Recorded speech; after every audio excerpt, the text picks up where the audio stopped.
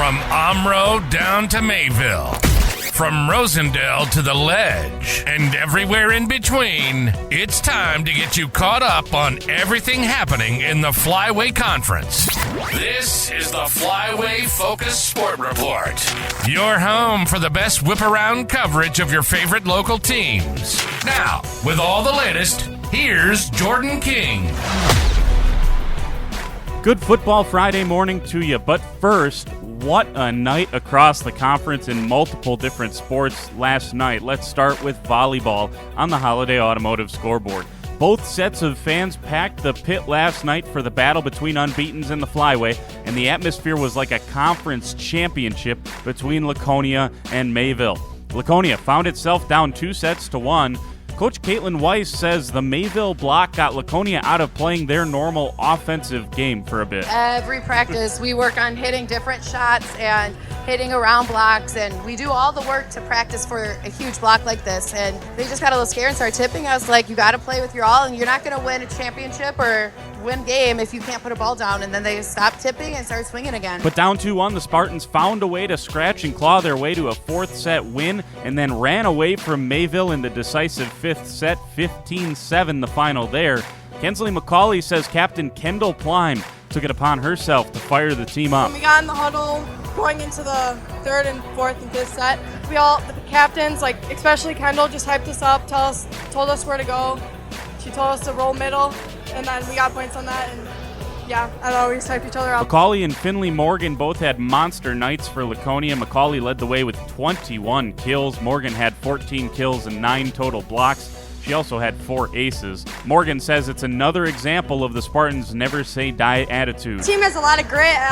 We can come back from, teams go 10-0 on us, and we can still come back. I think just relying on each other. We all make mistakes, just holding each other accountable, we can pick it up. The win takes Laconia to 6-0 and drops Mayville to 5-1. The Spartans clinched at least a share. A win on the road at WLA next week will clinch another sole conference title. Speaking of WLA, the Vikings were at Campbellsport last night, and the Cougars earned a 3-1 win.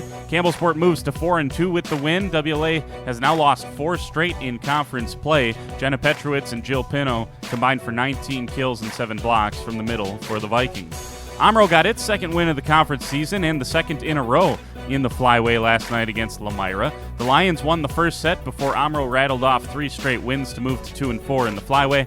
Lamira drops to 0-6. And finally, Springs moved to 4-2 with the sweep of North Fondy, 25-19, 25-19, 25-20, and the Orioles dropped to 1-5 with the loss. In boys soccer, we told you the big match last night was between WLA and North Fondy United, and it lived up to the billing. The Vikings able to hold United to a 1-1 draw. That gives sole possession of first place to the co-op of Lourdes and Valley Christian. WLA's goal came from junior Bryce Yankee. The United got its goal from Sam Flood. Elsewhere, CWC beat Wayland Academy 7-2 in conference action. Ryden Perry had a hat trick and 2 assists. And in Mayville, the Cards lost a non-con match against Madison Country Day, 3-0 the final there. And finishing it out in cross-country from yesterday, Campbellsport's boys finished third in their home meet. The Cougars went 1-2-3 with Garrett Pickering, Caleb Seabauer, and Mason Dermeyer. North Fondy Oakfield finished fifth. The O's led by Logan Putty and Kason Trofnagel in 7th and 8th place, respectively. Springs was 7th. Carson Kaufman and Evan Seal also finished back-to-back, 23rd and 24th. And Adam Bainline paced Mayville. Bainline finished 27th. The Cards, as a team, finished 10th. In the girls' race, Mayville finished 4th. Junior Sydney Davis was the top finisher in 7th place. North Fondy Oakfield was 7th. Abby Wagner was their top finisher in 15th. And Campbellsport finished 8th. The Cougars paced by Izzy Spurflage in 29th. Springs did not have enough runners for the team race, but sophomore Zosha Gill ran another excellent race. She'll be one to watch coming up in conference. She finished 8th with a PR 20:48. At Lamira's home invitational, Josie Christian picked up her first win of the season, running a season best 20:47. Teammates Whitney Witkowski and Hannah Faber were 3rd and 4th, and Kennedy Gable and Izzy Westfall finished 6th and 7th, respectively. In the boys' race, the Lions finished 3rd. Luke Unruh, Cleary Tuig, and William Stewart all finished inside the top 10. And finally, at the Fox Lake Golf Course Invitational, Amaro's girls finished 2nd. Lillian Schoonover was 5th. and Mackenzie Steffen was 12th. Amero's boys finished 4th. Ben Richmond finished in 4th individually. Avery McFadden was 14th. That's a wrap on the Holiday Automotive scoreboard from yesterday. Holiday, it's worth the trip. What an exciting night around the conference. Coming up tonight should be the same situation around the Flyway. It's crunch time in Flyway football as we hit week 8. And the big one tonight is between Lamira and WLA. The Lions, ranked number 7 in Division 6, welcome in Winnebago Lutheran. Both teams enter 4-1 in conference play, 1 game behind the Mayville Cardinals. Lamira controls its own destiny as the Lions are at Mayville next week, so a pair of wins would share the conference title with the Cards. Either way, it's a must-win for both teams if they want to stay alive in the hunt for a conference championship.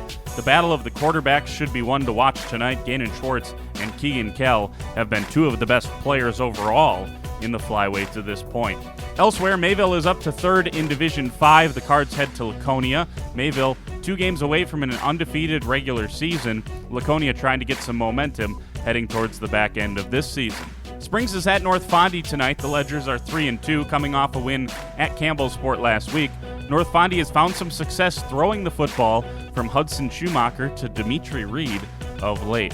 And finally, it's a massive game with huge playoff implications at Amro tonight as the Foxes welcome in Campbellsport. Amro is 2-3, Campbellsport is 1-4. Traditionally, over the past 5 years or so, that 5th place team from the Flyway Conference has gotten into the playoffs. The winner of tonight's game will have an inside track to finishing 5th here in the Flyway.